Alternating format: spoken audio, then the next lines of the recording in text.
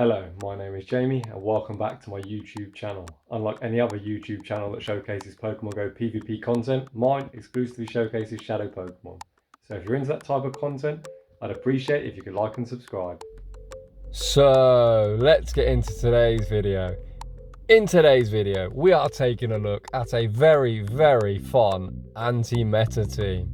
I say anti-meta because I was running a lot of spies and I was getting absolutely wrecked by stuff like obstagoon, snorlax, Lapras, all the tanks.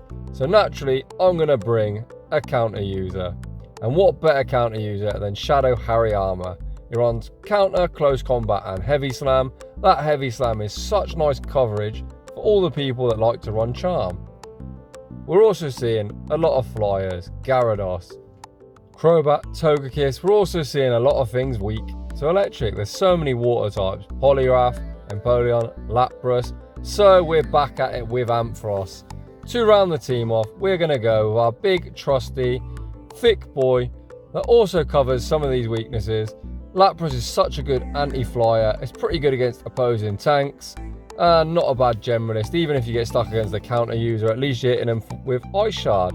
So, without any further ado, let's get into the battles. We will be leading Shadow Hariyama for the duration of this video. And in Game 1, we pick up a lead against Toxicroak.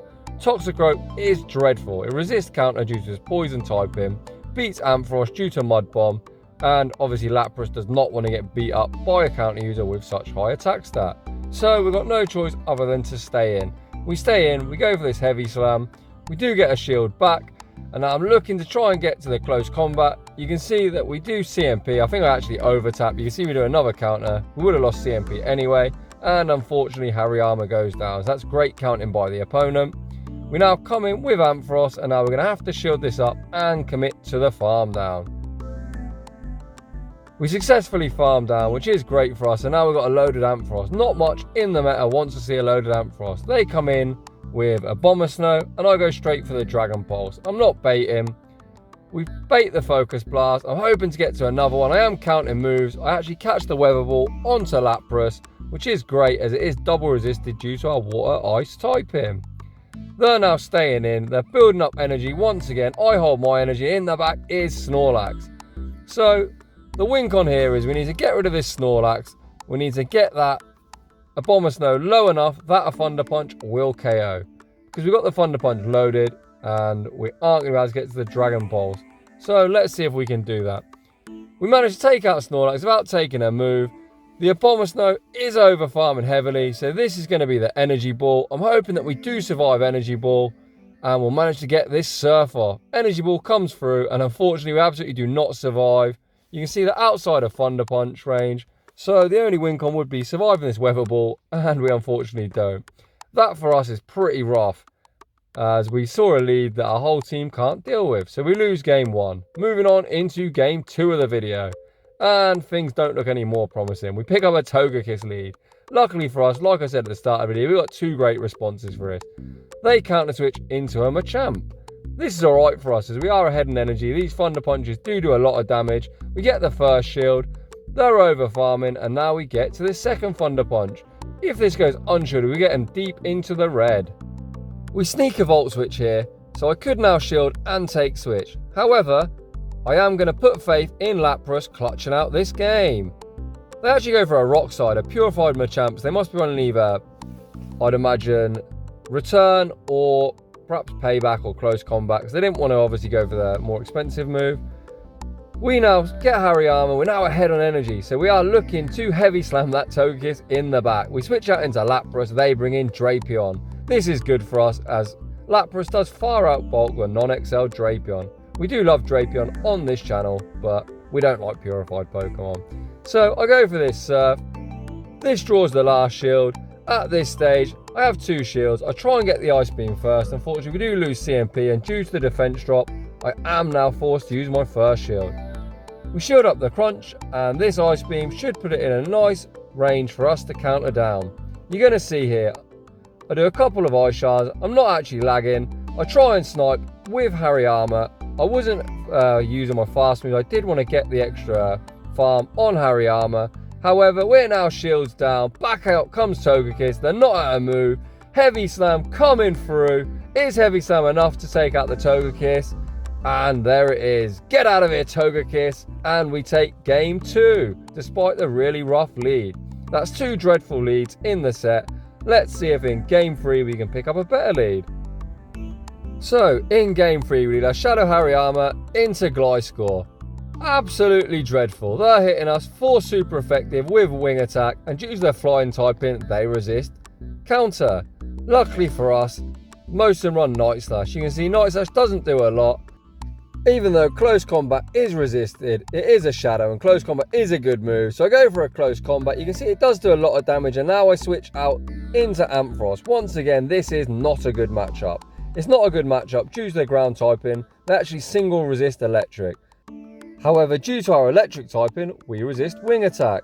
They have got so much energy, so I do shield up. Respecting the earthquake, we correctly shield that. So now that Gliscor is free on energy. They switch out into an S-Cavalier. Once again, dreadful. Lapras really doesn't want to see this. We now get the shield with the first Thunder Punch. We sneak a Volt Switch through. Well, we didn't actually sneak it through. We got 2 free turns, but we take that. We shield up the Drill Run.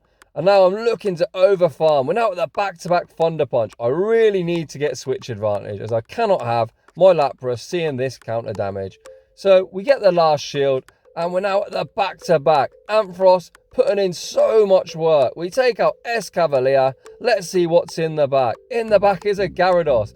So I do actually switch out rather than allow myself to get farmed down, as Lapras has a pretty good matchup here, and we don't want to give Gyarados an energy lead. I don't shield the first crunch in case they get the debuff. They don't get a debuff. I am anticipating the swap. They attempt to sack the Gliscor, but it takes double super effective Ice Shard damage, and we manage to flip game 3. So we're now 2-1 in the set, despite having 3 dreadful leads. So, moving on into game 4 of the video. You can see in the battle so far, despite having absolutely dreadful leads, these 3 Pokemon together are putting in so much work and have such good coverage on the meta and coverage for themselves. You love to see it. We get one of them errors once again, so we have to back out, but we do now find a match. So, moving into game 4, and we've lost yet another lead.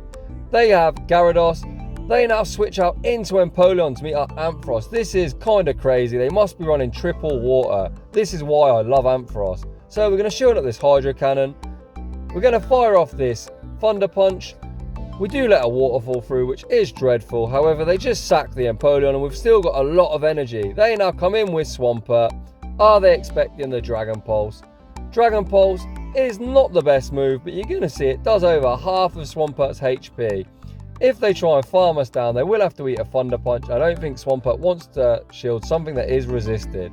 They fire off a Hydro Cannon, take us out. I now bring in Hariyama. You're going to see Hariyama is still reasonably bulky as a shadow. We tank this Hydro Cannon, no problem. And I now commit to the counter down. Gyarados in the back. Obviously is not going to want to shield, as they resist both close combat and heavy slam. However, you can see that close combat does around 40% of its HP. We've got Lapras in the back. And now the win con for us is commit to the fast move farm down.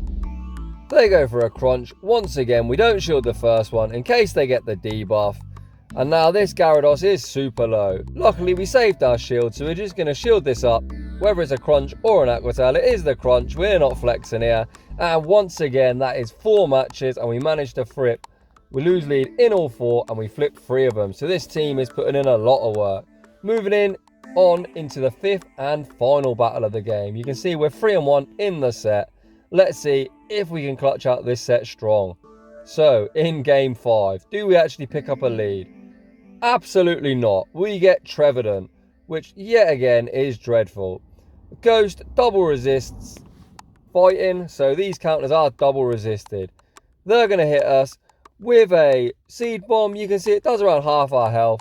And now I am going to go for this Heavy Slam. Heavy Slam isn't the best move.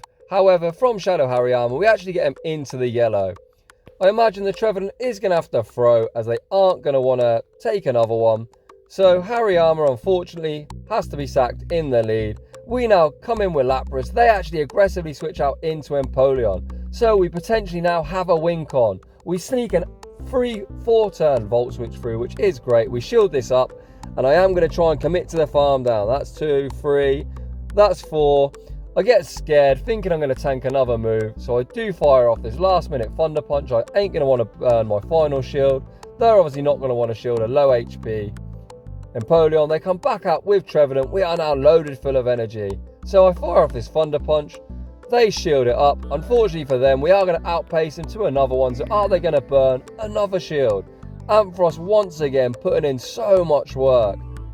In the back is a Swampert. So now we switch out once again into Lapras. This is where you're going to see what I believe their win con is. I always say hashtag not bait him. I'm going to shield this up as I believe they're going to throw the Earthquake the first time, and I'm not going to bait. I'm going for the Ice Beam, as if they let this Surf go through, I would have to get to 2 more moves. They shield the Ice Beam up. However, I know I'm going to outpace to the next Ice Beam. This Earthquake is not going to KO.